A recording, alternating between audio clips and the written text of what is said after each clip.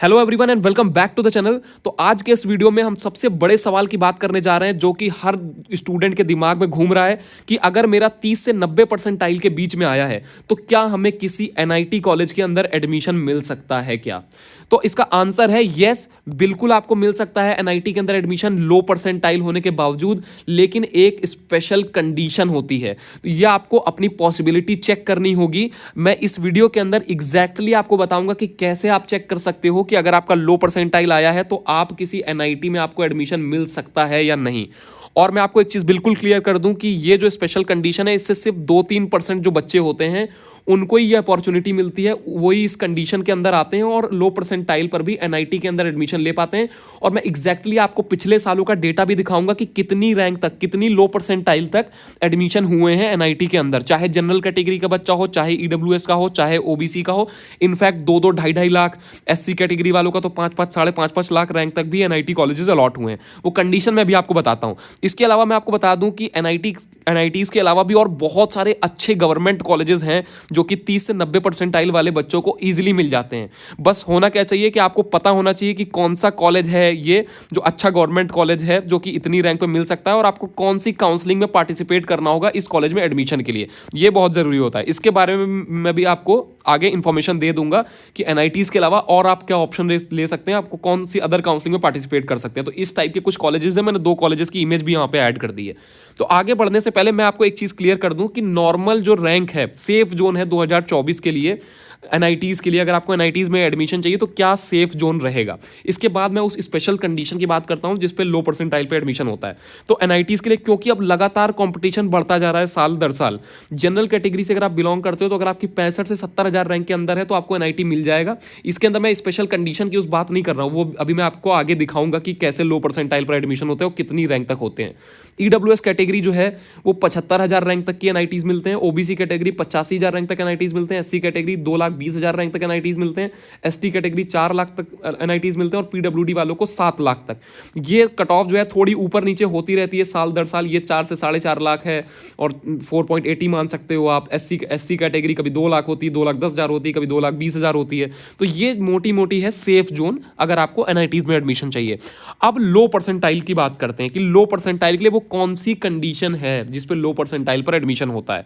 तो 2 इंपॉर्टेंट चीजें, 2 कंडीशंस हैं जो कि आपको ध्यान में रखनी होगी। दोनों कंडीशन बहुत ध्यान से देख लो, नोट कर लो अगर आपके पास नोटबुक है अभी तो सबसे पहली कंडीशन है कि आप अपना home state relaxation quota check करो। आपका जो भी होम स्टेट है, अगर आप दिल्ली में रहते हो तो आप देखो कि आपके दिल्ली में जो भी एनआईटी है या जीएफटीआई अगर आप देख रहे हो तो जीएफटीआई कौन सा एनआईटी है जो कि होम स्टेट के बच्चों को रिलैक्सेशन देता है। एग्जाम्पल के तौर पर मैं आपको एग्जाम्पल से समझाता हूं।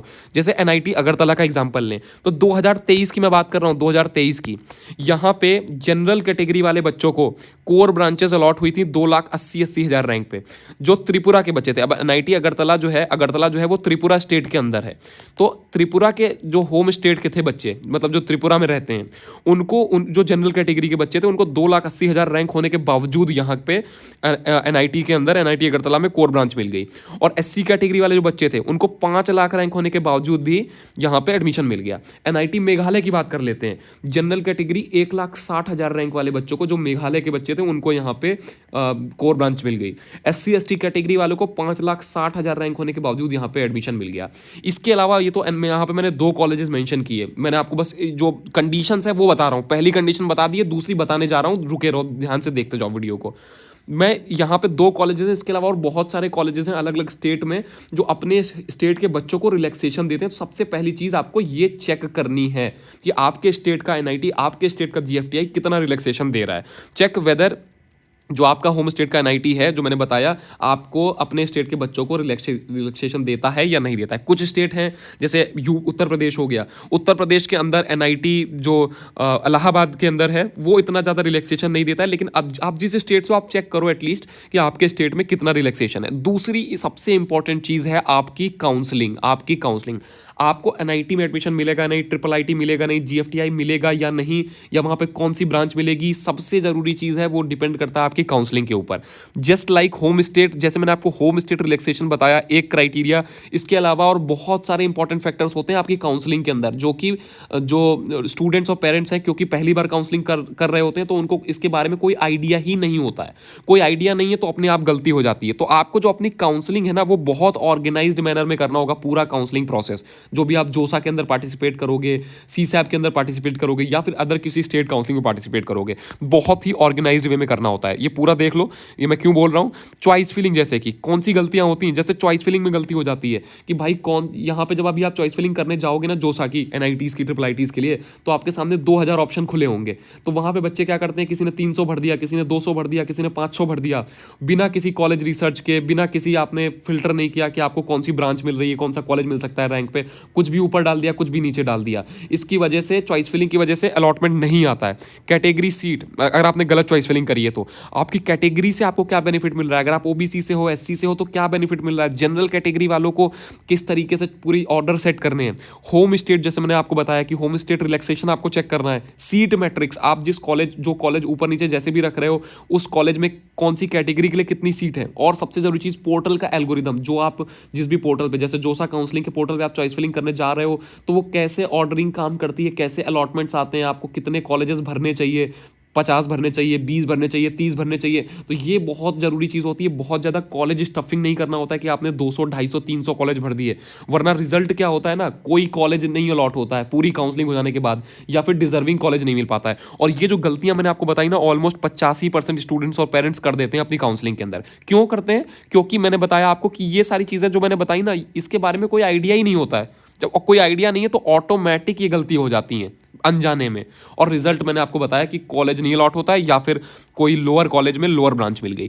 तो ऐसे ही बच्चों के लिए, अगर आप ये सारी चीज़ें, इन सारी चीज़ों से बचना चाहते हो, अगर आपको समझ में नहीं आ रहा है कि काउंसलिंग कैसे करेंगे, हमारा पहली बार है, कहीं कोई गलती ना हो जाए चॉइस फिलिंग में, तो ऐसे बच्चों के लिए हमने बनाया है एक्सपर्ट काउंसलिंग प्रोग्राम 2024। और ये प्रोग्राम हम 2017 से चलाते आ रहे हैं और हज़ारों बच्चों की मदद कर चुके हैं, NITs, triple ITs, GFTIs, IITs, government colleges, हर कॉलेज तक पहुंचने के लिए।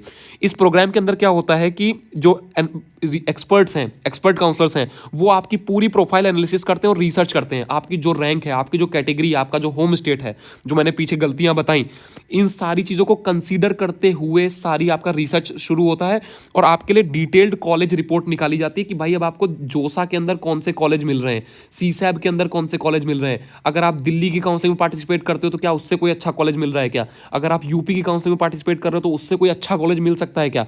तो इसी तरीके से XYZ बहुत सारी काउंसलिंग होती है, स्टेट काउंसलिंग, जिसमें भी आप पार्टिसिपेट कर सकते हो। तो ये आपके लिए पूरी रिपोर्ट, 8-10 रिपोर्ट तैयार की जाती है कि आपको कौन सी काउंसलिंग में कौन कौन से कॉलेजेस और वहाँ पे कौन कौन सी ब्रांचेस मिल पा रही हैं। उसके बाद ये आपको रिपोर्ट शेयर की जाती है। उसके बाद हमारे एक्सपर्ट्स आपको गाइड करते हैं कि आपको कौन सी काउंसलिंग में पार्टिसिपेट करना चाहिए, आपकी जो भी रैंक है उसके हिसाब से सबसे बेहतर अलॉटमेंट आपको कौन सी काउंसलिंग में मिल सकता है, वो आपको गाइड किया जाता है। इसके बाद जो सबसे ज़रूरी चीज़ है, सबसे ज़रूरी चीज़ कि आपकी जो पूरी कंप्लीट चॉइस फिलिंग है वो एक्सपर्ट काउंसलर्स के द्वारा की जाती है, जो पिछले कई सालों से काउंसलिंग कर रहे हैं और हजारों बच्चों की मदद कर चुके हैं। और जो पूरी ऑर्डरिंग मैंने आपको बताई ना कि कौन सा कॉलेज ऊपर रखना है, कौन सा नीचे रखना है, कैसे पोर्टल एल्गोरिदम काम करता है, कितनी चॉइसेस भरनी चाहिए आपको, ये सारी चीज़ आपको फिक्र छोड़ देनी है। पूरा जो काम है आपका, पूरा जो काउंसलिंग प्रोसेस है, वो जिम्मेदारी हो जाती है हमारे एक्सपर्ट काउंसलर की। और ये जो गलतियां हैं, जो ये गलतियां आपको मैंने बताई कि स्टूडेंट्स और पेरेंट्स अनजाने में कर देते हैं जो पहली बार काउंसलिंग कर रहे होते हैं, इन गलतियों के चांस पूरी तरीके से खत्म हो जाते हैं, क्योंकि आपका एक्सपर्ट काउंसलर आपकी पूरी जो चॉइस फिलिंग है सारी चीज़ें कर रहा है। और मैं आपको बता दूं कि ये प्रोग्राम मैंने आपको बताया कि हम 2017 से लगातार चलाते आ रहे हैं और हज़ारों बच्चों की मदद कर चुके हैं। आप देखो, आप पहले नहीं हो, हज़ारों बच्चों को इससे बहुत फ़ायदा हुआ है। यहाँ पे मैंने कुछ अलॉटमेंट लेटर्स मेंशन कर दिए हैं। इसके अलावा वेबसाइट पे जाके आप वीडियो देख सकते हो बच्चों के, जिन बच्चों का एडमिशन हुआ उन्होंने खुशी से अपने वीडियोज़ हमें रिकॉर्ड करके दिए, अपने जूनियर्स को रिकमेंड किया, उनके अलॉटमेंट लेटर्स पड़े हुए हैं वहाँ पे, उनके जो कॉमेंट्स थे, उनके कोड्स थे, व्हाट्सएप पे उनका जो फीडबैक थे, सारी चीज़ें careermargdarshan.org वेबसाइट पे आपको मिल जाएगी। आप वहाँ पे चेक कर सकते हो जाके, अगर आपको कोई भी डाउट है तो। अगर आप एक्सपर्ट काउंसलिंग प्रोग्राम ज्वाइन करना चाहते हो, आप भी चाहते हो कि आपकी कोई गलती ना हो, पूरा काम जो है आपका एक्सपर्ट करे, तो आप जो है इस नंबर पे कांटेक्ट कर सकते हो। प्रोग्राम की जो फीस है वो थी, हम पिछले सालों से जो करते आ रहे हैं, वो 20,000 रुपये हम चार्ज करते थे, लेकिन अभी शुरुआत के 200 बच्चों के लिए, सिर्फ 200 बच्चों के लिए है ये, सिर्फ हम 6499 के अंदर कर रहे हैं, सिर्फ 6499 के अंदर। और मैं आपको बता दूं कि आपका पूरा जो काउंसलिंग का प्रोसेस है वो एक्सपर्ट करते हैं। और आप चाहे आपकी जो भी रैंक आई है, चाहे आपकी जोसा काउंसलिंग करनी हो या फिर आपकी स्पॉट राउंड काउंसलिंग करनी हो, या फिर आपकी अगर आप जैक दिल्ली काउंसलिंग में पार्टिसिपेट कर रहे हो, आपको जैक दिल्ली से कुछ मिल सकता है तो जैक दिल्ली की हो, सारी काउंसलिंग इसी प्राइस के अंदर की जाती है। आपसे कोई भी एक्स्ट्रा पैसा नहीं लिया जाता है, सिर्फ 6499 में। और ये 100% रिफंड पॉलिसी है। पॉलिसी की स्पेलिंग में सही कर देता हूं। अगर आपका अलॉटमेंट कहीं नहीं होता है तो आप अपना जो पूरा 6499 रुपीज़ है इसको वापस ले सकते हैं। यस, आप इसको वापस ले सकते हैं। अगर आपको कोई बेहतर कॉलेज मिल रहा होगा तो वो हमारी जिम्मेदारी है, हम आपको उस कॉलेज तक, उस ब्रांच तक जो सबसे बेहतर से बेहतर मिल सकता है वहां तक आपको पहुंचाएंगे। तो ये नंबर है, इस नंबर पर कॉल कर सकते हो आप और जान सकते हो कि आपको कैसे ज्वाइन करना है। उनसे पूछो एक्सपर्ट काउंसलर से कि कैसे आप ज्वाइन कर सकते हो एक्सपर्ट काउंसलिंग प्रोग्राम। और ये ऑफर सिर्फ 200 बच्चों के लिए, इसके बाद ये एक्चुअल प्राइस जो है वापस से इसका उतना ही हो जाएगा। तो अगर आपको वीडियो अच्छा लगा हो तो thanks for watching this video. और आप वीडियो में कॉमेंट करके बताओ कि आपको और किस चीज़ के बारे में जानना है। अगर आपको कोई डाउट है, कोई कॉलेज रिव्यू चाहिए, IIIT के लिए वीडियो चाहिए, GFTI कितनी रैंक तक मिलते हैं, कोई स्टेट गवर्नमेंट के बारे में चाहते हो, या फिर किसी भी टॉपिक पे आप वीडियो चाहते हो तो आप नीचे कमेंट करके बताओ।